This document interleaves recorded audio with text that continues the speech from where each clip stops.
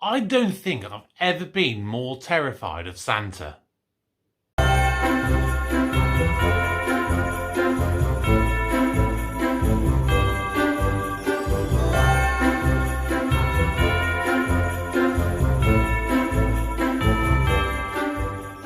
Hello everybody, welcome back to the channel. My name is Kevin, I am a geek. You are back for day 4 of my 12 days of Christmas movie reviews. So, if you have missed any of the previous 3 episodes, make sure you do go back, click at the link in the corner, and that will take you to the playlist where we'll have all 4 episodes so far, and you'll have all of the upcoming episodes as they come out each day. Today, I've just watched for the first time A Christmas Story. And I was so confused. So welcome back if you are returning. Welcome if you are new. Please do drop a like on the video. Subscribe if you are new to the channel. And please do leave a comment down below. Let me know your thoughts, particularly on this one if you have seen it. Let me know what you think, because this was the first time I've watched a movie in a long time. Maybe since something like Inception or something like that, where I just don't get it. Which is not something I have to say very often. But we're going to crack on with the review. It is something that, if you are new again to these videos, I have 10 different categories. Each one gets a score out of 10 to give an overall score out of 100 so I can do a definitive ranking. So let's get started with category number 1. So the ironic thing with A Christmas Story is the fact that for this category, the story, it didn't feel like it had one. It seemed like a random mismatch, hodgepodge of a movie where it was loads of intricate different little ideas just pushed together to form what they clearly thought was a coherent storyline, but it just kind of felt like a bit of a nothing, really. You had the closest thing you had to an overall kind of arc as you go through the movie would be the fact that the main kid, Ralphie, he wants a toy gun, a BB gun for Christmas. That's it. That seems to be literally the whole premise of it. And yeah, the little hodgepodge bits you have the dad, or the old man as is credited.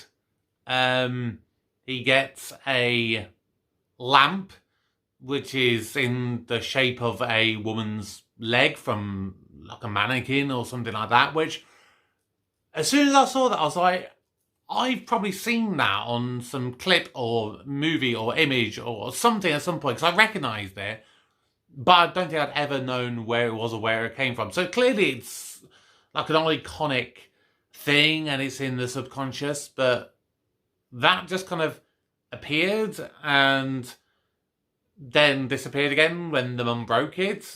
You had the bully, who just kind of was there, and that did lead to the most heartwarming moment of the entire movie, which I did cry at.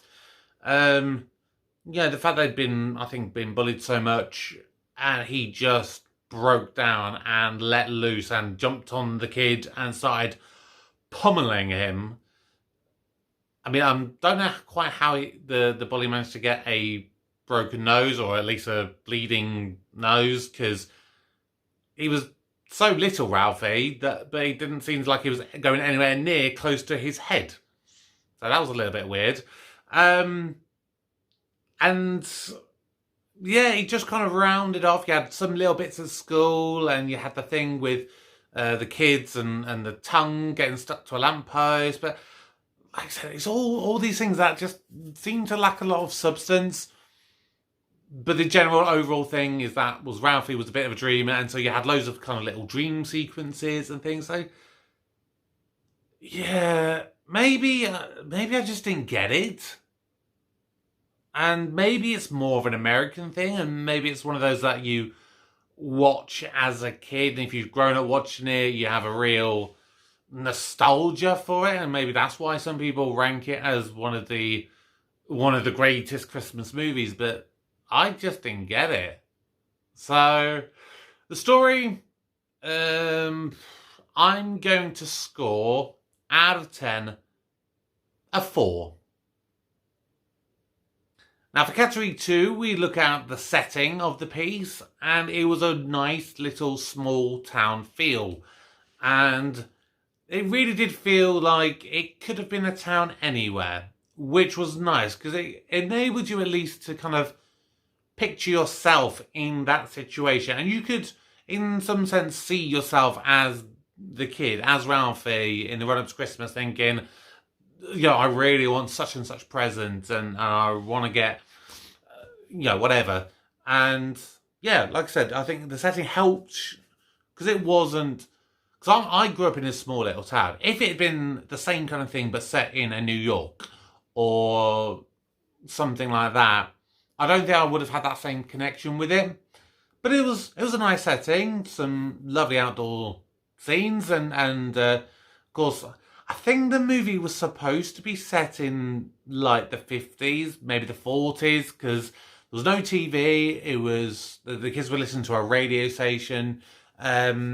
So yeah, nice little setting overall, which I'm going to give just above average.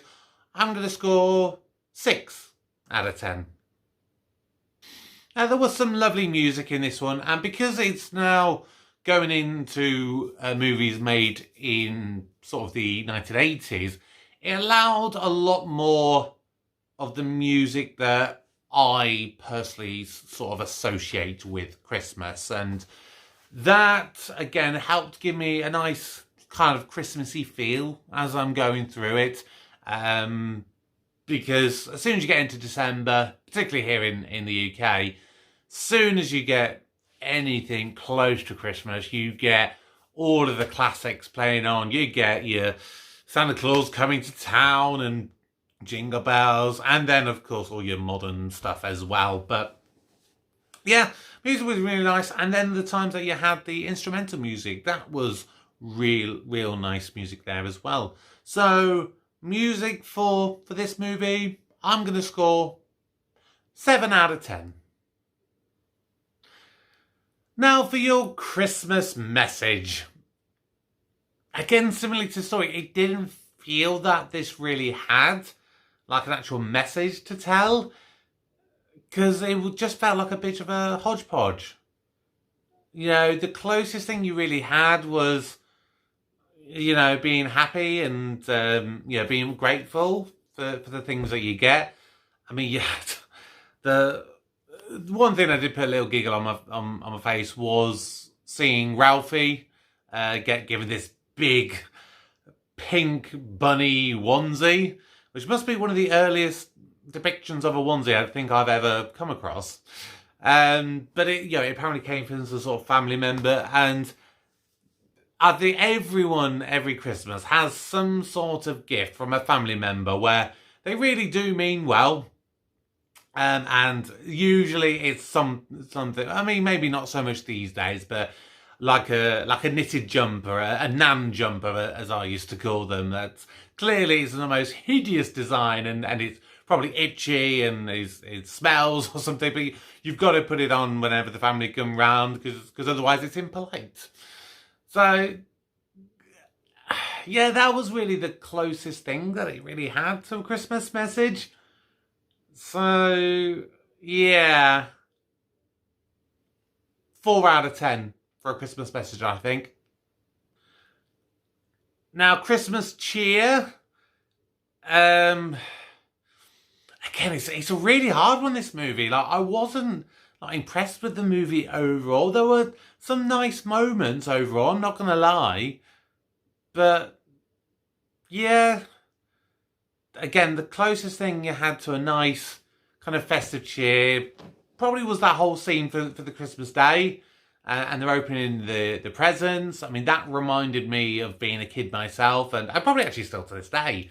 Whenever we do presents, really these days, we do it as a family, and we take it in turns to unwrap presents, and it's normally one person, kind of dictating it and saying, "Oh, you go next, and you go next," and things like that.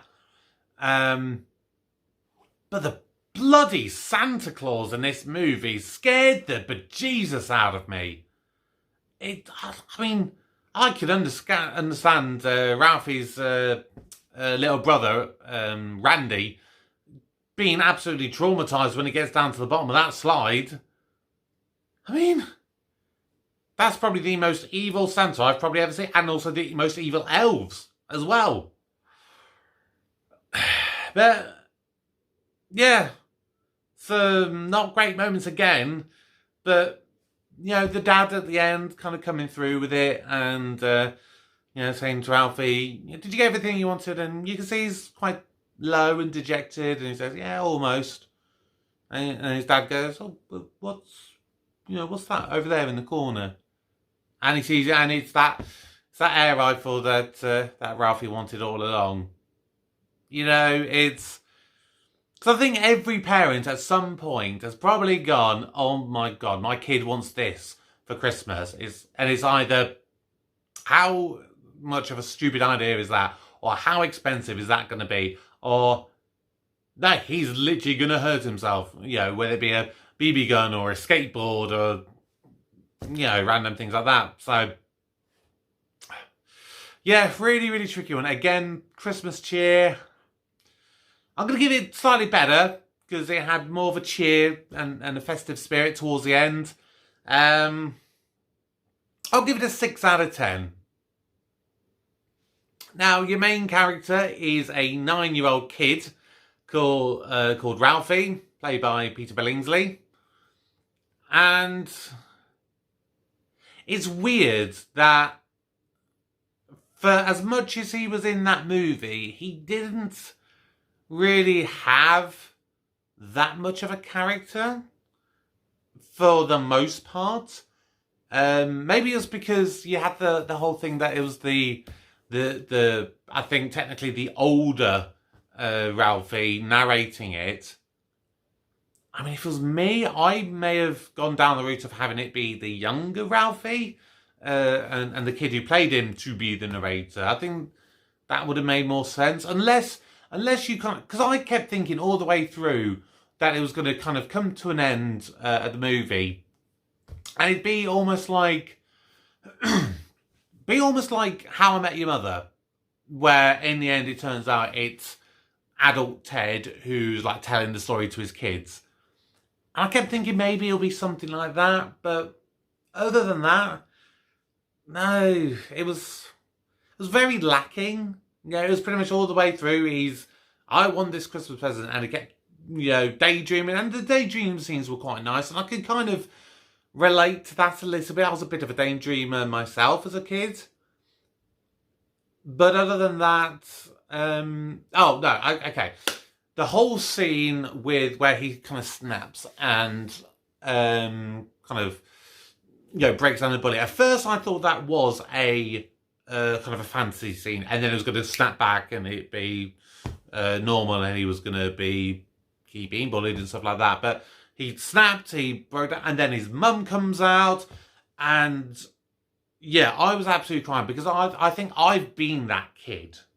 I've been that kid who's been relentlessly bullied when I was at school. And then when you get that time to yourself, you do really just break down, and it's, because it's just such a build-up and a torment of everything. It's just, everything has been piling on top of you for ages and ages and ages, and finally at one point you just snap, And yeah, I can relate to that. I've been that person. So yeah, some lacking stuff, but I think if it wasn't for that scene, I'd score it a lot lower. Because of that scene, I'm going to bump it up a couple of points and move it just above average and give Ralphie a 6 out of 10. Now, your supporting characters in the movie, Again, really, really tricky one. I mean, for the most part, the kid brother annoyed the hell out of me.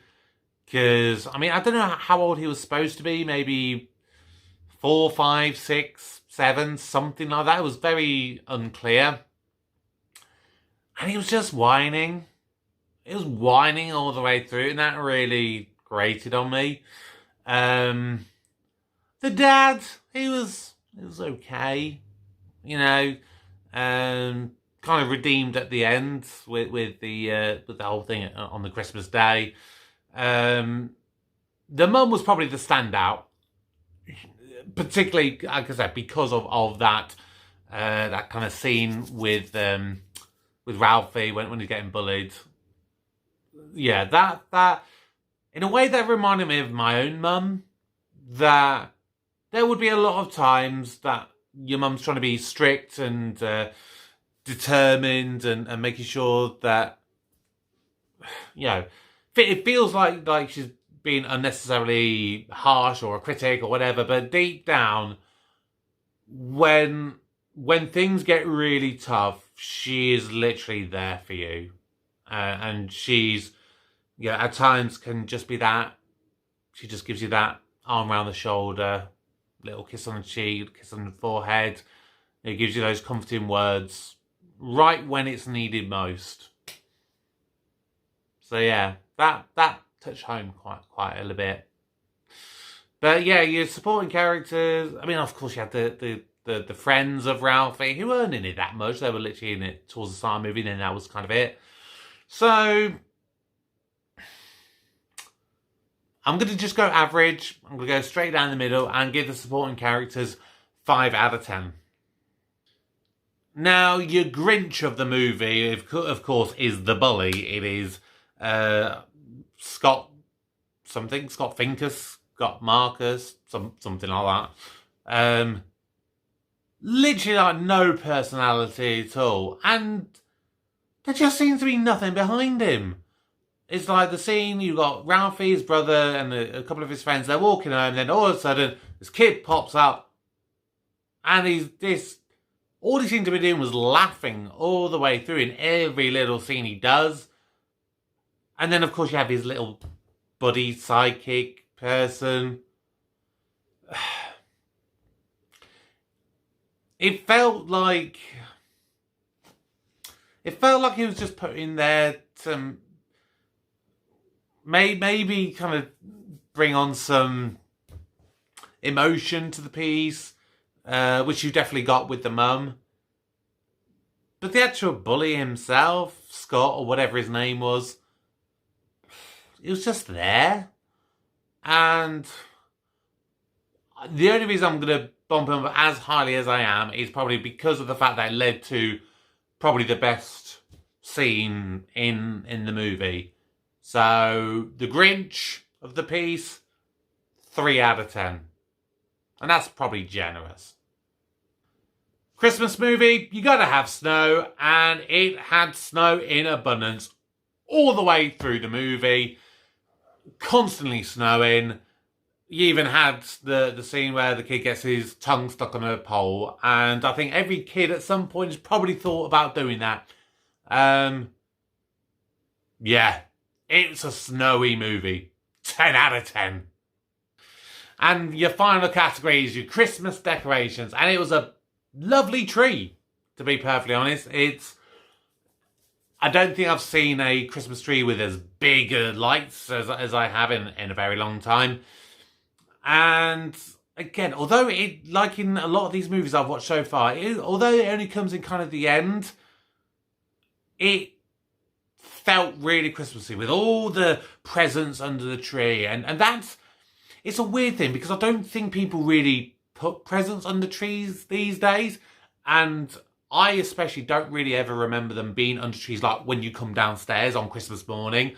Because for me, growing up, it was my mum, it was my brother and me, and my sister a lot of times, and then my mum's husband. And so normally we just kind of had them in little piles around the living room, or when I was younger, like around the room of my mum's bedroom, and we just kind of pile in there and have everything all there together, and we wrap them up, Christmas morning and everything. But yeah, under the tree is not really one you do much these days. And I want to bring that back, because that adds a proper Christmassy feel for me. That's the image that you always see. But yeah, I like the Christmas decorations in the movie, so I'm going to give them 7 out of 10. So, for day 4, for A Christmas Story, when you've added them all up, the total score comes to 58 out of 100, which gives A Christmas Story a ranking of a C. So how does this movie compare to the others that we've done so far? Well, Miracle on 34th Street is still number 1.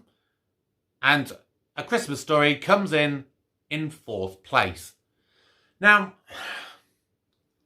I'm really torn with this one. I really am. Because when I was taking a look at some of what people considered best Christmas movies and links of them, this always appeared right towards the top. And I get it to a certain extent that it feels like it's supposed to be tapping into the inner child in you, and the dreams that you have of wanting a particular Christmas present, and to, the kind of sadness when you think you're not going to get it, and then sometimes it comes right at the very end. But yeah, the movie as a whole, it just didn't work for me. It just wasn't clear enough in its, in where it wanted to go. So, I mean, if it came on TV and someone's like, oh yeah, let's watch this movie, I'd be like, yeah, I'll watch it. But to be perfectly honest, it'd probably be one of those. I watch it whilst I'm on my phone and doing other bits and bobs, and I'll just kind of look up and I'm like, oh yeah, oh yeah. So, yeah, it's definitely not my favourite by any of the means. But what do you think? Did you like it? Have you seen it? If you have, drop a comment down below. Tell me what you think. Do you consider this one of the best Christmas movies ever? Do you consider it one of the worst ones? Do you just think, kind of like me, it's just, Please let me know what you think. Remember, please drop a like on the video. Please do subscribe to the channel if you're new. And make sure you join me again tomorrow for day 5 of my 12 Days of Christmas movie reviews. I'm Kevin the Geek. Goodbye and Merry Christmas.